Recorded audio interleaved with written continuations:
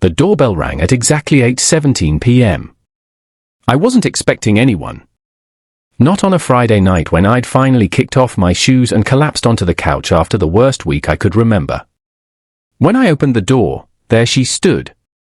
Alexandra Monroe, the woman I'd handed my resignation letter to just 3 days ago. The CEO who'd built a manufacturing empire from absolutely nothing. The boss I'd secretly been in love with for 2 years. She was soaked from the rain, holding a manila envelope in her hands and wearing an expression I'd never seen on her face before. Vulnerable, almost scared. "I accepted your resignation letter," she said, her voice barely louder than a whisper. Raindrops slid down her face, mixing with what might have been tears. "But I never accepted losing you from my life." I stood there, frozen, my hand still on the doorknob. My brain couldn't process what was happening. This was Alexandra Monroe, the woman who commanded boardrooms full of powerful men. The CEO who made million-dollar decisions before breakfast. And she was standing at my apartment door, drenched and shaking, saying words I never thought I'd hear. "My name is James Mitchell. Let me back up and tell you how I got here. Because 6 months ago, I never would have believed this moment was possible. 6 months earlier, my life fell apart on a Tuesday afternoon. I came home from work to find a note on the kitchen counter. Rebecca, my girlfriend of 4 years, had left me. The note was short, cold. She'd met someone else at her gym, someone more exciting, she wrote. Someone who wasn't always tired from work, someone who actually had time for her. She'd already moved her stuff out. For years together, and she couldn't even tell me to my face. I sat on the floor of our empty bedroom that night, staring at the spaces where her furniture used to be. We'd talked about getting married. We'd looked at houses. We'd planned a whole future together. And she threw it away for some guy she met doing yoga classes. The next morning, I dragged myself to work at Apex Industries. I'd been there for 5 years, working my way up from a junior operations manager to senior operations manager. The company made high-tech manufacturing equipment, the kind of machines that build other machines. It was complicated work, but I loved it. Or at least, I used to love it. Alexandra Monroe was the founder and CEO. She'd started the company 12 years ago in a garage, just her and 2 engineers. Now we had over 300 employees and contracts with some of the biggest factories in the country. She was brilliant. Everyone said so. She could look at a factory floor and spot problems that would take other people weeks to notice. She remembered every detail of every project, and she expected everyone around her to be just as sharp. I'd always respected her, admired her even, but 2 years ago, something shifted. I got promoted to Director of Operations, which meant I worked directly with her almost every day. We'd spend hours in her office going over plans and solving problems. She'd bring coffee for both of us without asking how I liked it, because she'd somehow memorized that I took it black with 1 sugar. She'd laugh at my terrible jokes about factory equipment. And sometimes, late in the evening when everyone else had gone home, she'd talk about things that had nothing to do with work, her childhood, her dreams, her fears about whether she was building something that actually mattered. Those moments made my chest feel tight. Made me look forward to Monday mornings instead of dreading them. Made me stay late even when I didn't have to, just hoping she might stop by my office to chat. But she was my boss, and I was in a relationship, so I buried those feelings deep down where they couldn't cause problems. When Rebecca left, I thought I'd fall apart at work. I expected to mess up projects, to lose focus, to become the kind of employee who everyone whispers about in the break room. Instead, something surprising happened. Alexandra called me into her office 2 days after the breakup. I don't know how she found out. Maybe someone saw me crying in my car in the parking lot. Maybe she just noticed I looked like I hadn't slept in a week. I heard what happened, she said, her voice softer than I'd ever heard it. I'm sorry, James. That's incredibly difficult. I nodded, not trusting myself to speak without my voice cracking. I'm adjusting your schedule, she continued. You can work from home 3 days a week for as long as you need, and I'm moving your project deadlines back 2 weeks. You need space to process this. This was Alexandra Monroe, the woman who once told a client that deadlines were sacred and anyone who missed one might as well not bother showing up to work. And here she was, rearranging major projects because my girlfriend left me. Thank you, I managed to say. That means more than you know. She nodded once. Quick and professional like always. Take care of yourself first, James. The work will still be here when you're ready. As I turned to leave her office, our eyes met for just a moment. Something passed between us, something I couldn't name then. It wasn't pity. It wasn't just kindness from a boss to an employee. It was something deeper, more personal. As if she was seeing me, truly seeing me, for the first time. I didn't know then what that moment would lead to. I couldn't have predicted that 6 months later, she'd be standing at my door in the rain, saying she couldn't accept losing me from her life. That night in her office was just the beginning of a journey that would change everything. And as I stood at my door, staring at Alexandra's rain-soaked figure, I realized the real question wasn't how we got here. It was where we were going next. Would you like to come in? I finally managed to ask. Her eyes, those piercing green eyes that could make seasoned executives stammer, softened with relief. She nodded, and I stepped aside to let her in. Neither of us knew it then, but that simple question, that threshold crossing, would be the start of something neither of us was prepared for. If this story has grabbed your attention, please subscribe and leave a comment below. What would you do if your boss showed up at your door after you quit? That was 6 months ago. And for 6 months, the arrangement worked. I'd go into the office Monday and Tuesday, then work from home the rest of the week. It gave me time to sort through my feelings without everyone at work watching me. Time to box up Rebecca's remaining things and donate them. Time to figure out who I was without her. Alexandra started checking in on me regularly. First, it was just work stuff, quick emails asking if I had the reports ready or if I needed help with anything. But then the messages got more personal. She'd ask how I was holding up, if I was eating properly, if I needed more time off. I told myself she was just being a good boss, looking out for an employee going through a hard time. That's what good leaders do, right? They care about their people. But then came the phone calls. The first one happened on a Wednesday night around 11 o'clock. I was sitting at my kitchen table staring at my laptop screen. I'd been trying to finish a presentation for 3 hours, but my brain felt like mud. I couldn't focus, couldn't think straight. My phone rang and Alexandra's name lit up the screen. "Hey," she said when I answered. "I saw you were online late. Just wanted to make sure you're okay." We talked for maybe 10 minutes about the presentation I was working on. She helped me figure out a problem I'd been stuck on. Then just as we were about to hang up, she said something that surprised me. "I read this book last week. It's about a guy who rides his motorcycle across the country after his life falls apart. Made me think of you. You mentioned once that you like motorcycles, right?" "Yeah," I said, suddenly more awake. "I've been restoring one in my building's garage. A 1978 Honda CB750. It's been a project for years." "That sounds incredible," she said, and I could hear the smile in her voice. "Tell me about it." So I did. I told her about finding the bike at an estate sale, all rusty and broken. About spending weekends taking it apart piece by piece, cleaning every component, hunting down replacement parts. About how working with my hands helped me think, helped me relax in a way that staring at spreadsheets never did.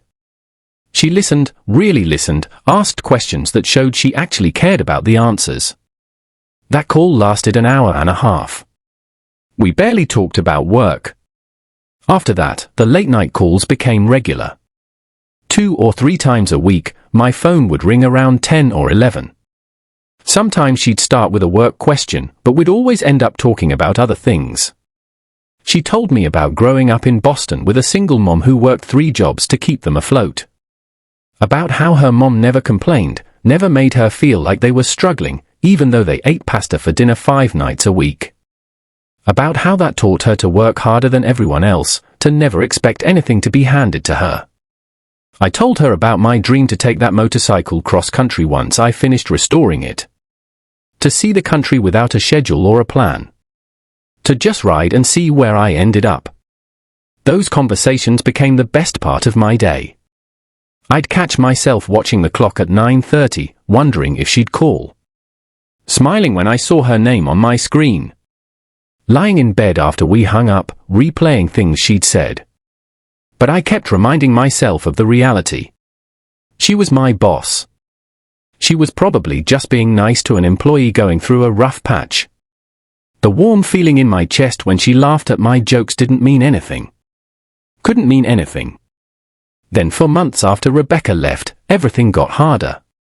Apex Industries announced we were merging with Sterling Manufacturing, a smaller competitor. It was a massive deal, the kind that could double our company's size. And guess who got assigned to lead the operations integration? Me. Suddenly, my workload tripled. I was managing 2 teams, coordinating between different systems, trying to merge factory schedules and supply chains. I was working 14-hour days, sometimes 16. The flexible work-from-home arrangement didn't matter anymore because I was always working, always stressed, always one mistake away from disaster. I stopped sleeping properly, started living on coffee and energy drinks, skipped meals because I was too busy. My apartment became a mess of takeout containers and unfinished projects. The late-night calls with Alexandra stopped. Not because she stopped calling, but because I was too exhausted to have real conversations. We'd talk for 5 minutes about work problems, and then I'd have to go because another crisis needed my attention. I started making mistakes.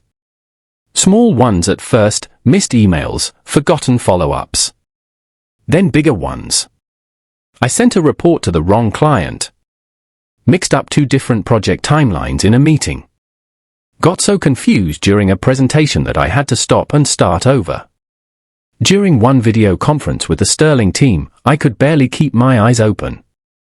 I'd been up until 4 o'clock in the morning fixing a scheduling disaster, then had to be on the call at 8 o'clock.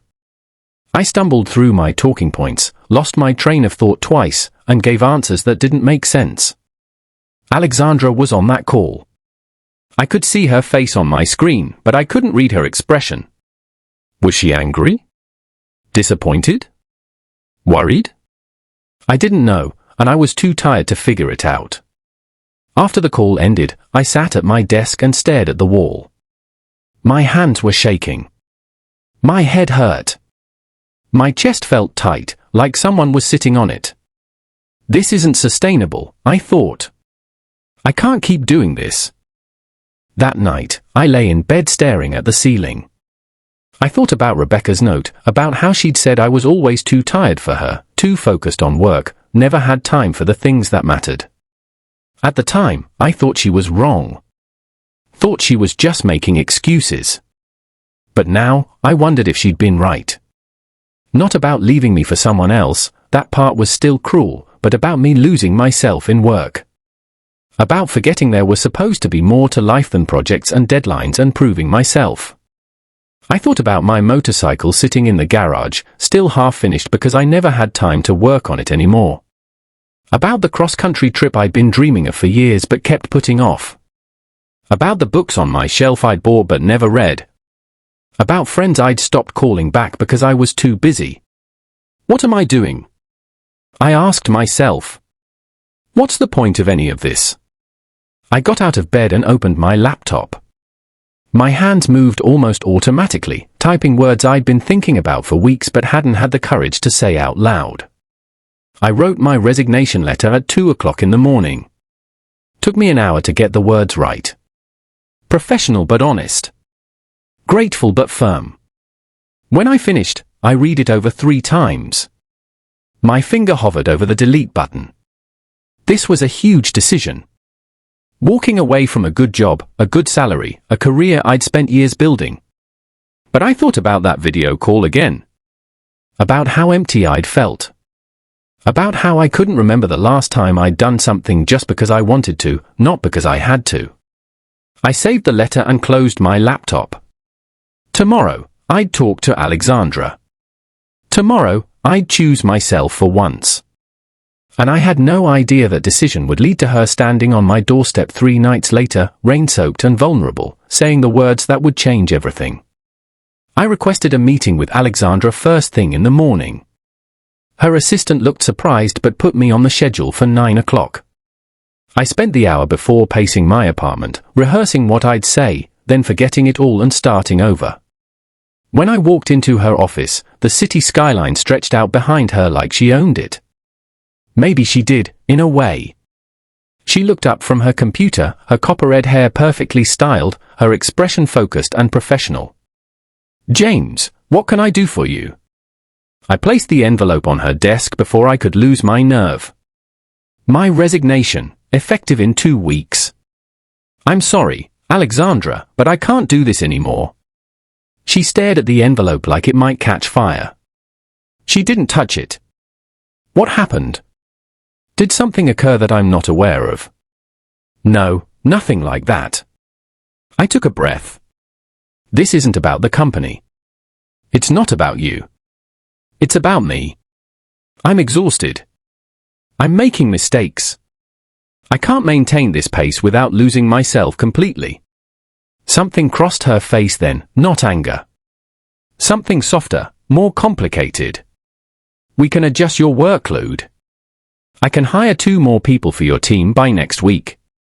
"It's not about the workload," I said, and I was surprised by how steady my voice sounded. "It's about needing to step away completely. I need to figure out what I actually want for my life, and I can't do that while I'm here." She was quiet for a long moment. The only sound was the distant hum of traffic from the streets below. "Have you accepted another position?" "No, I don't have anything lined up. I just know I need to leave." She finally picked up the envelope, holding it carefully like it might break. "You're one of the best people I've ever worked with, James. Losing you will hurt this company. It will hurt me personally."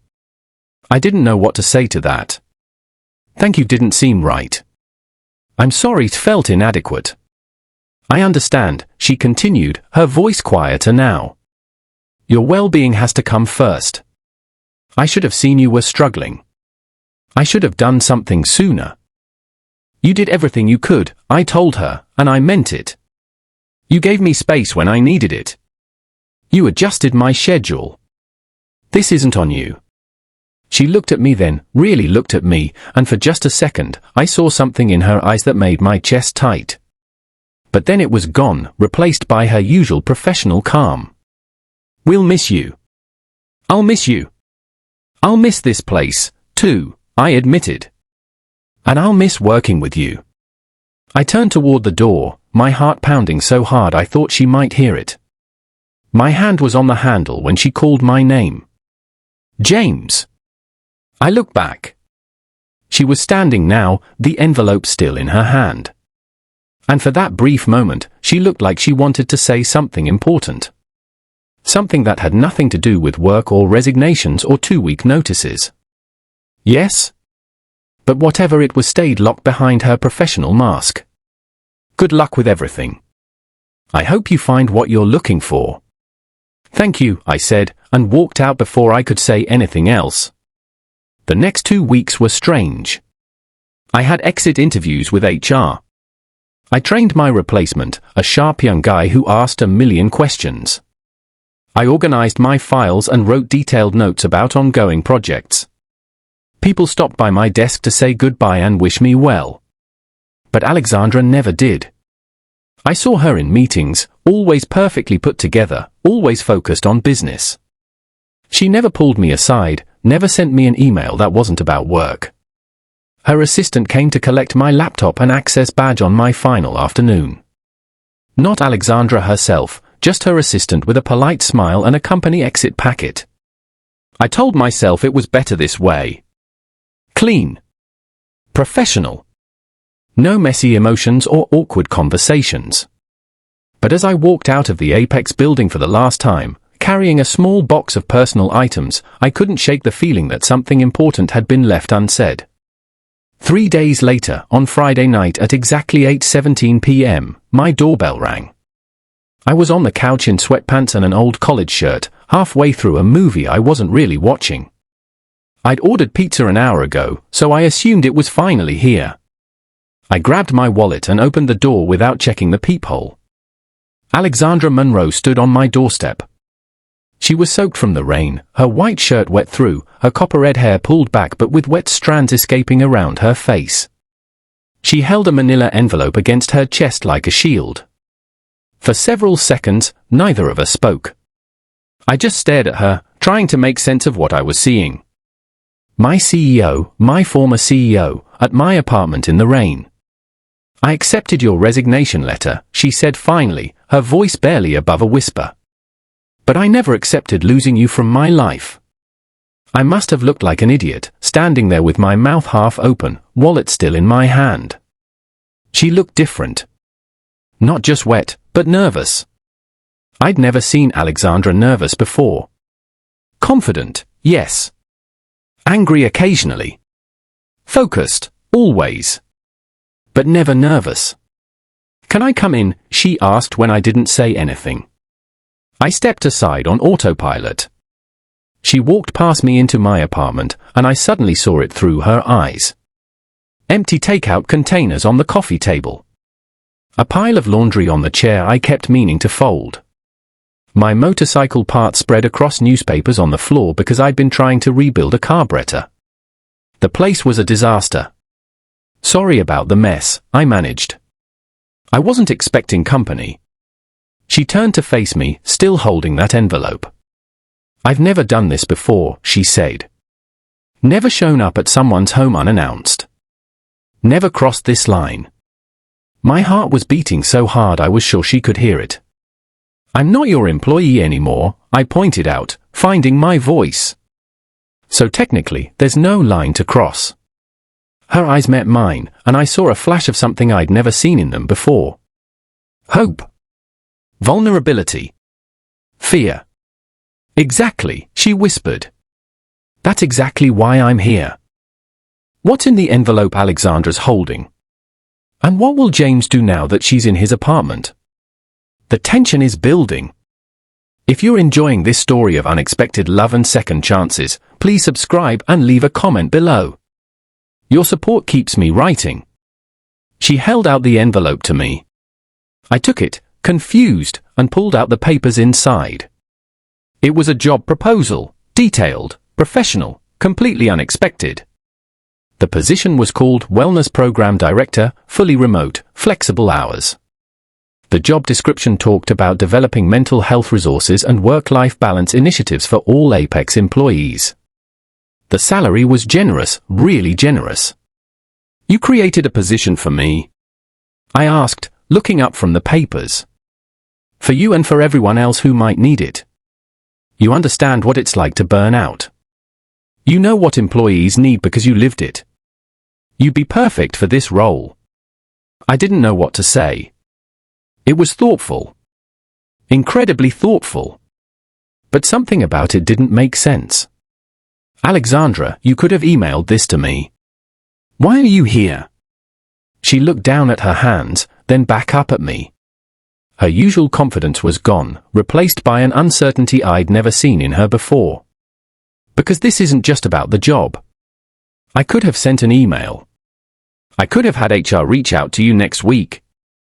But I needed to come here myself because I needed you to understand something. Understand what? She took a step closer. The scent of her perfume, something subtle and expensive, mixed with rain and night air.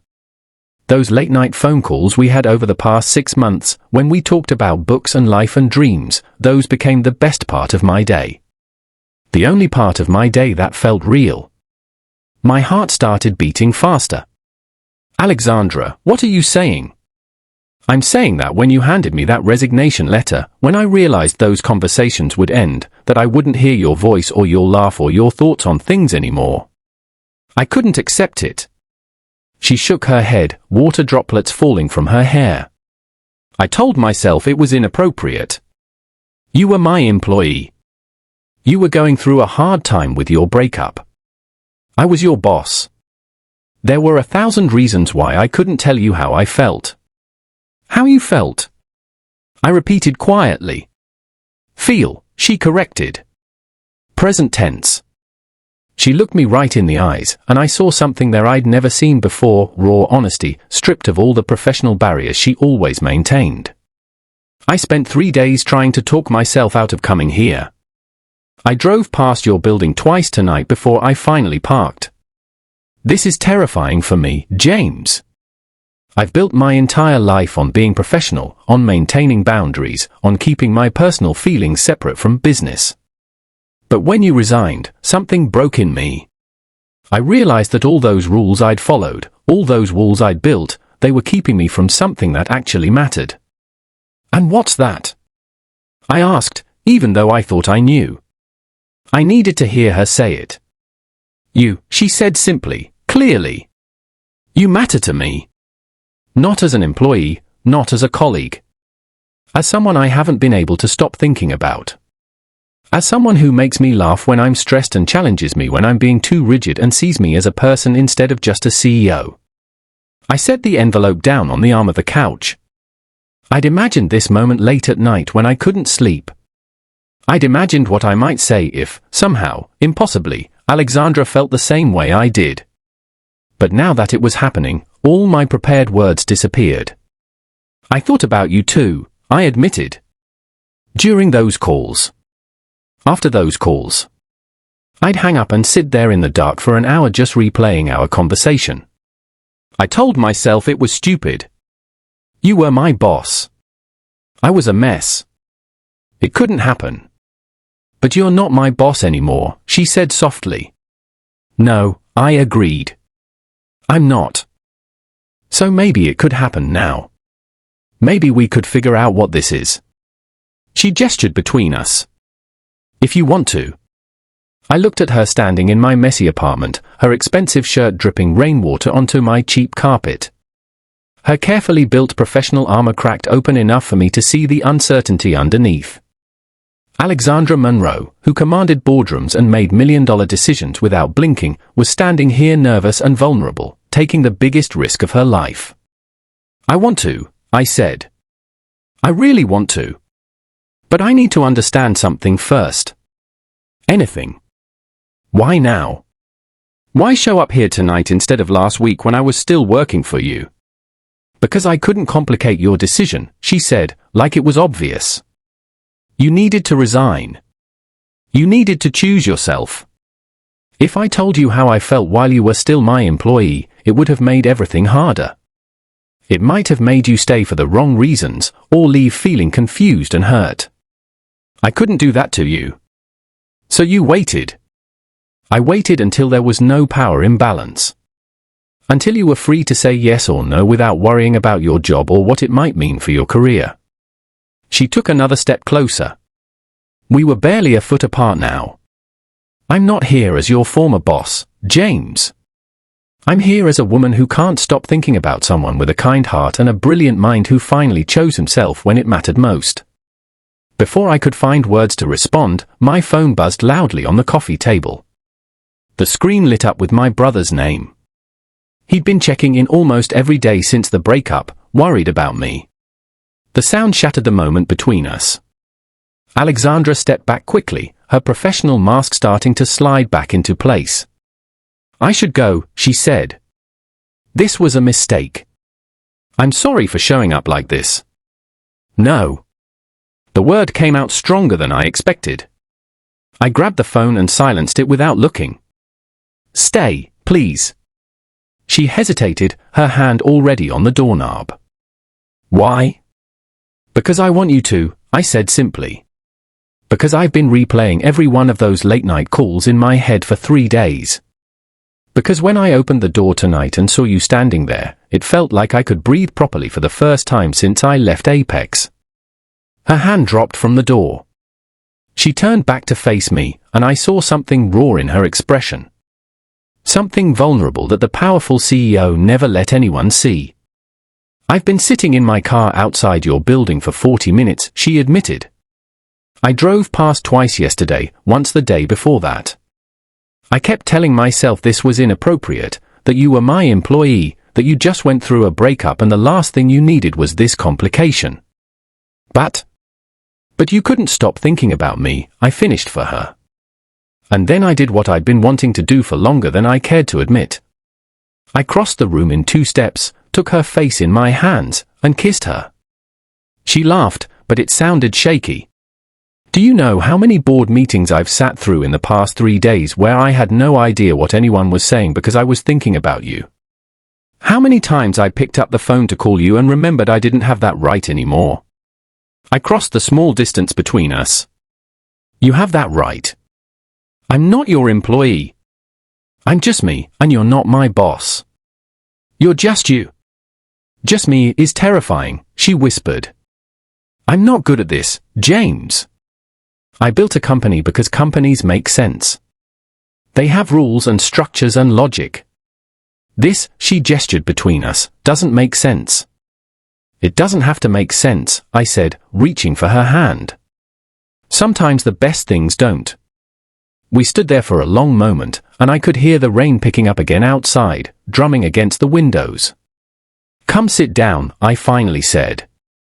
Let me make some coffee. We can just talk like we used to. She nodded and followed me into my small kitchen. I pulled out 2 mugs while she leaned against the counter, watching me. Your apartment is nice, she said, though we both knew it was a lie. The place was a mess and it was barely 800 square feet. It's honest, I replied, measuring out coffee grounds. No pretending here. She smiled at that. A real smile. I like honest. As the coffee brewed, she looked around at the motorcycle magazine stacked on the counter, the half-finished model bike on the kitchen table. You're still working on these, she observed, picking up the model. It helps me think, I explained. When everything with Rebecca fell apart, I couldn't focus on anything. But I could work on these little pieces, put them together one at a time. It reminded me that broken things can be fixed if you're patient enough. Is that what you think you are? She asked quietly. Broken? I considered the question while pouring coffee into both mugs. I was. Maybe I still am in some ways. But I'm working on it. I handed her a mug and our fingers brushed. Neither of us pulled away. She took a sip, then looked at me over the rim. I've been afraid, she admitted. Afraid of what? Of this? Of caring about someone this much? Of what it means if I'm wrong about you, about us? Of what it means if I'm right? I set my mug down and took hers from her hands, placing it beside mine. Then I reached for her hand. You drove past my building twice, I said. You sat in your car for 40 minutes. You came to my door in the rain. That doesn't sound like someone who's unsure. It sounds like someone who's brave. I'm not brave, she said. But she didn't pull her hand away. You're the bravest person I know, I told her. You built something from nothing. You took a chance on a broken operations manager and gave him space to heal. You're standing here now being honest about how you feel. That takes more courage than anything. She looked down at our joined hands. I almost told you that day in my office when you resigned. I wanted to ask you to stay, not for Apex, but for me. But you were already carrying so much. I couldn't add my feelings to that weight. I needed to leave, I said. Not because of you, because I'd lost myself somewhere in the work and the heartbreak and the trying to prove I was okay when I wasn't. But those calls we had, Alexandra, those were the only times I felt like myself, like I could be honest about struggling, like someone saw me, not just what I could produce. She squeezed my hand. I saw you, James. I see you. What happens now? I asked, echoing the question that had been spinning in my mind since she appeared at my door. She looked up at me, and in her eyes I saw the same hope and fear I felt. That depends on what you want. On whether you think there's room in your life for this, for us, for whatever this might become. I don't know what it will look like, I admitted. I just know that when you showed up tonight, something shifted, like a door I didn't know was closed suddenly opened. She moved closer, close enough that I could see the rain still glistening in her hair. I've spent my whole life planning everything. 5-year strategies, growth projections, risk assessments. But this, I can't plan this. Maybe that's the point, I said softly. Maybe the best things can't be planned. She smiled then, really smiled, and it transformed her face completely. The CEO disappeared. The intimidating boss who commanded boardrooms vanished. What remained was just Alexandra, looking at me like I was something precious. I built a company by turning ideas into reality, she said. Maybe we could figure this one out together. One step at a time, I suggested. She nodded. Starting with dinner tomorrow night? Just us. No business talk. No pressure. Just two people getting to know each other without all the complications. I grinned. We've been talking for months. I think we already know each other pretty well. Do we? She challenged, her eyes sparkling. Tell me something I don't know about you. I thought for a moment. I'm terrified of this, I admitted. Of us. Of how much I want this to work. Of messing it up somehow. She reached up and touched my face gently. Me too. But being terrified means it matters. And maybe that's exactly why we should try. I leaned down and kissed her then. Soft and brief, just a brush of lips, but it felt like a promise, like standing at the edge of something vast and unknown, and choosing to step forward anyway. When I pulled back, she kept her eyes closed for a moment longer. And when she opened them, they were bright with unshed tears. Tomorrow night, she said. 7 o'clock, I'll pick you up. It's a date, I said. And we both laughed at the strangeness of it. After everything, after months of late-night calls and unspoken feelings, it all came down to something as simple as a date. At the door, she paused and turned back. Thank you, she said. For what? For opening the door? For asking you to stay? For being brave enough to want this, even though you're scared. We both are, I reminded her. Yes, she agreed. But we're doing it anyway. After she left, I stood at the window and watched her walk to her car. She looked up before getting in, caught me watching, and waved. I waved back, feeling lighter than I had in months. The next morning, I woke to a text from her, still on for tonight. I smiled at my phone. Absolutely, I replied. Her response came seconds later, good. Because I haven't been able to think about anything else. Neither had I. But as I lay there, staring at my ceiling, a thought crept in that I couldn't shake. This wasn't just any woman. This was Alexandra Monroe. CEO of a growing company. A woman with responsibilities and expectations and a reputation to maintain. And I was, what? Unemployed. Figuring things out. Living in a messy apartment with motorcycle parts on the floor. What if this was just a moment for her? What if, in the clear light of day, she regretted coming to my door? What if the real world, her world, couldn't make room for whatever was happening between us? I pushed the thoughts away and got up to make coffee. Tonight was just dinner. One step at a time, like we'd agreed. But as I stood in my kitchen, waiting for the coffee to brew, I couldn't help wondering if I was setting myself up for another heartbreak, one that might be even harder to recover from than the last. The barriers are coming down, but new fears are taking their place. Can James and Alexandra build something real together despite their different worlds? Will their first official date bring them closer, or will reality get in the way? Subscribe now and leave a comment. That night, she picked me up in a sleek black car that probably cost more than I'd made in a year at Apex. She wore a simple green dress that brought out her eyes, her copper-red hair falling in loose waves around her shoulders. She looked different outside the office, softer somehow, but no less stunning. You clean up nice, she said with a smile, taking in my button-down shirt and the one pair of decent pants I owned. I figured I should make an effort, I replied. Not every day you get a date with Alexandra Monroe. She winced slightly. Can I just be Alexandra tonight? Not the CEO, not Alexandra Monroe of Apex Industries. Just Alexandra. I reached for her hand. Just Alexandra sounds perfect. She drove us to a small restaurant tucked away on a side street, the kind of place with no sign outside and tables spaced far enough apart for private conversation. Not the high-end business dinner I'd expected. I come here when I don't want to be recognized, she explained as we were seated in a quiet corner. The owner's mother was friends with mine.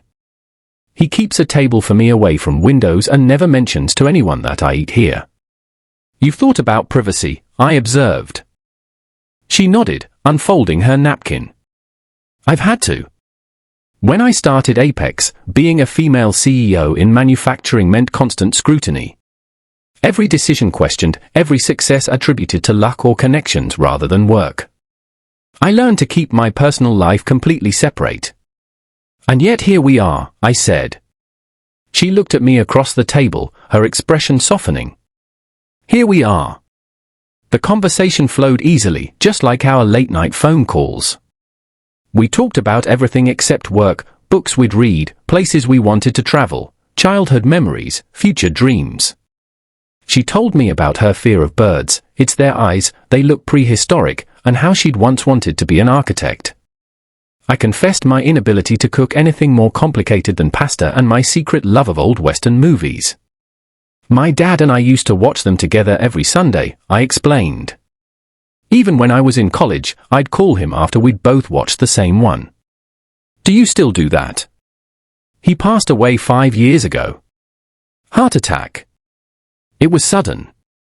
She reached across the table and took my hand. I'm sorry. Me too. We were really close. What would he think of all this? She asked, gesturing between us. I smiled, thinking of my straightforward, kind-hearted father. He'd like you. He always said you could tell everything important about a person by how they handle unexpected problems. I knew you're the best problem solver I know. That first date lasted 5 hours. We closed down the restaurant, then walked through the city streets talking until well past midnight. When she drove me home, she kissed me goodnight at my door with a gentleness that made my heart ache. I'd like to do this again, she said softly.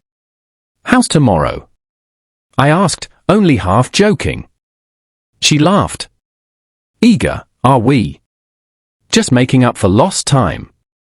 3 weeks later, I officially accepted the wellness director position.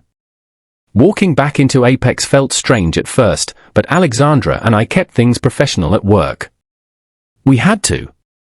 The company had strict policies about relationships, especially involving executives. But everyone knew anyway. People aren't blind, and the way we looked at each other probably gave us away. 2 months in, we faced our first real test. A board member questioned whether my new position was just favoritism, whether I was actually qualified or if I'd been hired because of my relationship with Alexandra. The accusation stung, made worse because part of me wondered if it was true. Alexandra called an emergency board meeting. I wasn't there, but she told me about it later.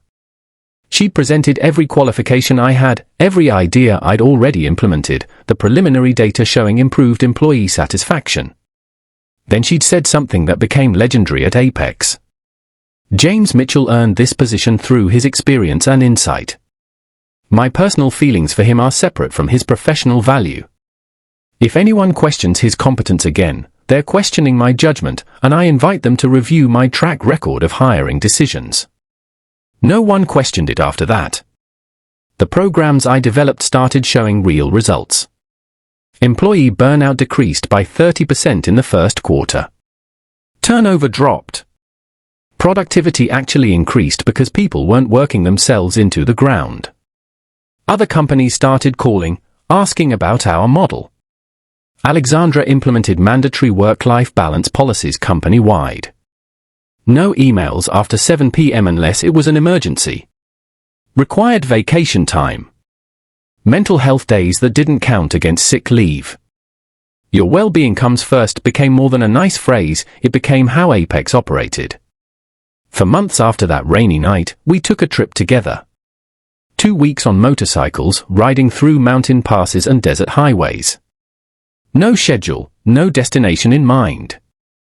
Just the road and each other. One night, camped under stars so bright they looked fake, Alexandra told me she loved me. I'd been waiting to hear those words, but I'd been too afraid to say them first. I love you, too, I said, and meant it with everything in me. 6 months after she'd shown up at my door, I moved into a better apartment. Alexandra helped me pack, laughing at my collection of motorcycle magazines and the ridiculous number of coffee mugs I'd accumulated. She had a key to the new place from day one. Most weekends, she stayed over. Some weeks, it was more than weekends. We weren't perfect. We argued sometimes. She'd slip into CEO mode and give orders instead of asking. I'd withdraw when stressed instead of communicating. She worked too many hours. I sometimes felt inadequate next to her success. But we talked through it all late at night with her head on my chest, or over breakfast on Sunday mornings. We were learning each other, figuring out how to be partners instead of boss and employee. Do you ever regret it? I asked her once. Showing up at my door that night? Taking that risk?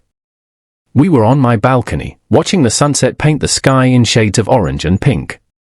She was leaning against me, my arms around her waist. Never, she said without hesitation. It was the scariest thing I've ever done, but also the best decision I've ever made. Scarier than starting Apex. She turned in my arms to face me. Apex was just business. This, she pressed her hand to my heart, this was risking something much more valuable. As I looked into her eyes, I realized how far we'd come from that rainy night at my door. How the uncertainty and fear had transformed into something solid and real. Something I never expected to find, especially not with the woman who had once been my boss. But life has a way of surprising you.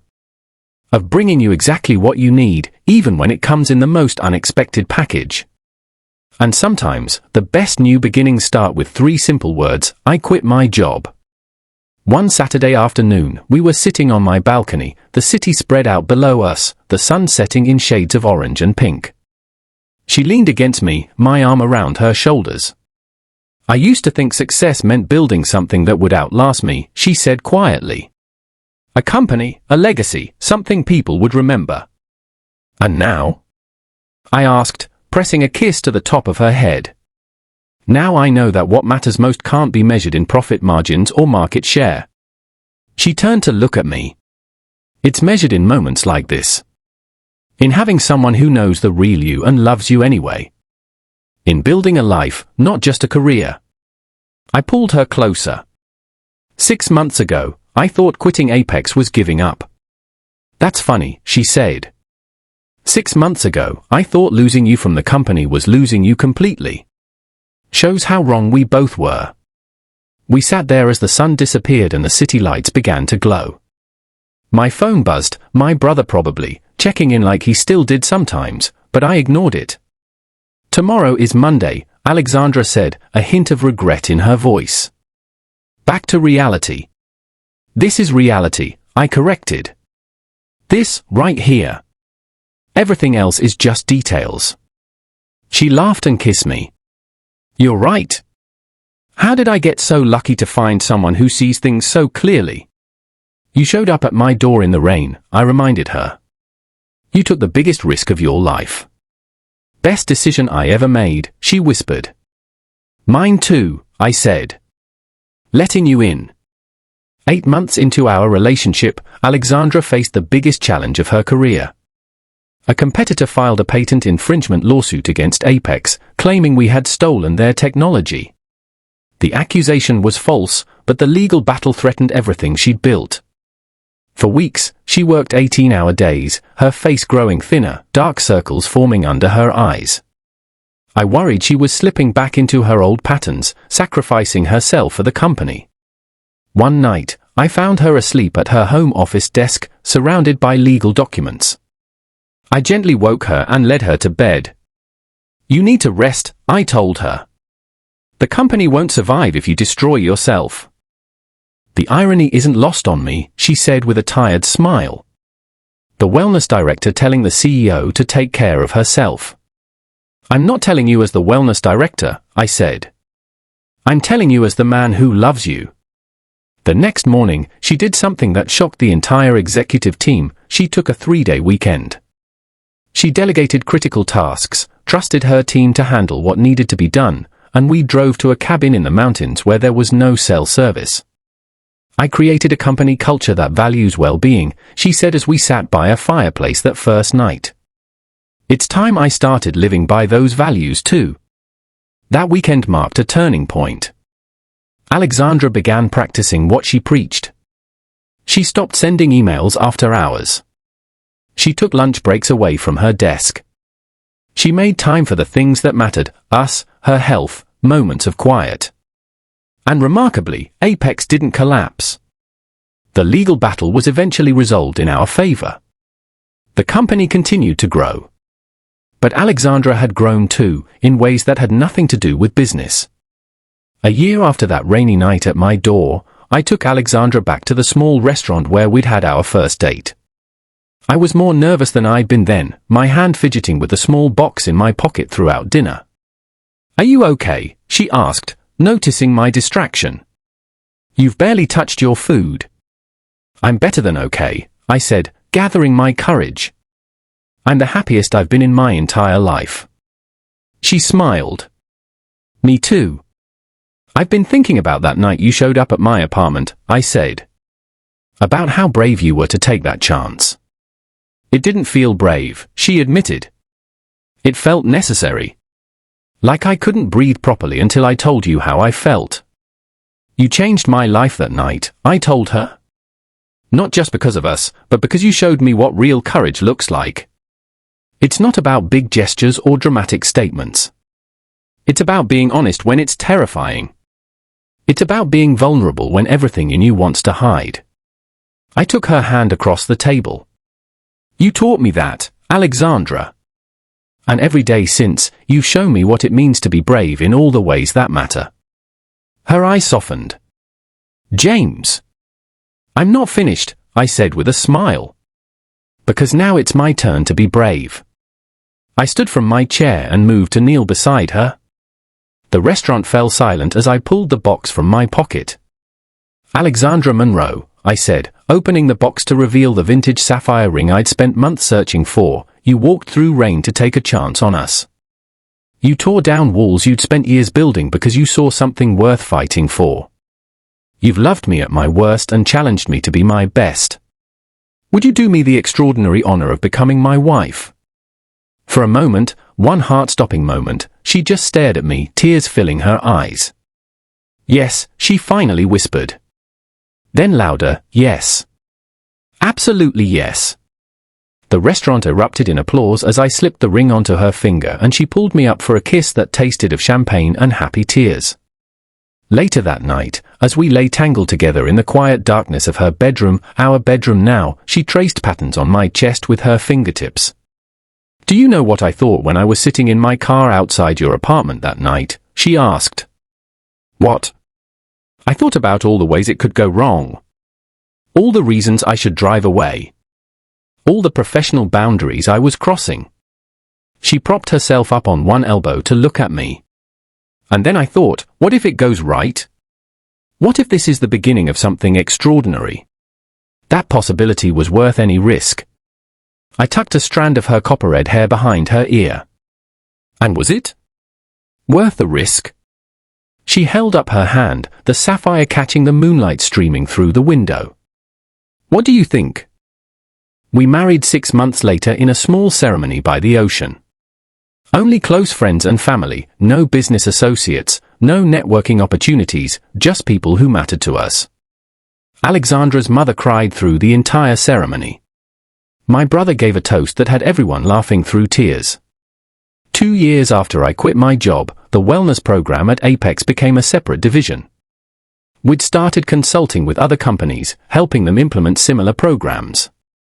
The demand was so high that Alexandra and I made a decision: I would leave Apex again, this time to start a new company focused exclusively on employee well-being. "Are you sure?" I asked her. "We'd be competitors, technically." She laughed. "Competitors who share a bed and a last name?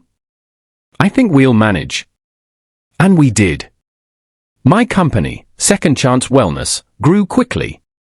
Alexandra remained CEO of Apex, but with a new perspective on what success really meant. We both worked hard, but never at the expense of what mattered most: our relationship, our health, the life we were building together. 3 years after that rainy night at my door, we bought a house outside the city. It had a huge garage for my motorcycle collection, which had grown from 1 restoration project to 4, a garden for Alexandra, who discovered, to everyone's surprise, that she had a talent for growing things, and plenty of room for the future we were planning. Do you ever wonder what would have happened if I hadn't quit? I asked her one evening as we sat on our porch swing, watching fireflies blink in the gathering darkness. She considered the question, her head resting against my shoulder. I think we would have found our way to each other eventually, she said. But it might have taken longer, been more complicated. You really believe that? I do. She took my hand, lacing our fingers together. Some things are just meant to be, even if the path getting there isn't straight. That's surprisingly unscientific coming from you, I teased. The woman who wants data for everything believes in fate. She smiled. Not fate. Choice. We choose each other every day, James. That's what love is. Not some mystical force, but a decision you make over and over again. I thought about that for a long time. About all the choices that had brought us here. My decision to quit. Her decision to show up at my door. Our mutual decision to be brave, to take a chance on something that defied logic but felt absolutely right. Life doesn't always turn out how we plan. Sometimes it takes away what we thought we needed. Sometimes doors close, hard and loud, leaving us standing in the wreckage wondering what happened. But sometimes, if we're brave enough to stay open to possibility, new doors open. Better ones. Doors we never knew we were looking for. And sometimes, the most beautiful beginnings start with the most unexpected words, spoken on a doorstep in the rain by someone brave enough to risk everything for a chance at something real. I accepted your resignation letter, she had said that night, rain dripping from her hair. But I never accepted losing you from my life. Those words changed everything.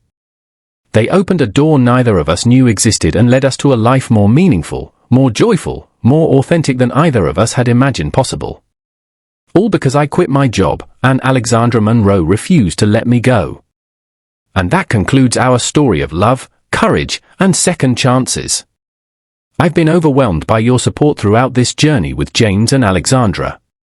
If their story touched your heart, please subscribe and share your thoughts in the comments below. What was your favorite moment? Did their journey inspire you to take a chance on love or make a brave decision in your own life? I read every comment and would love to hear from you. Thank you for being part of this story.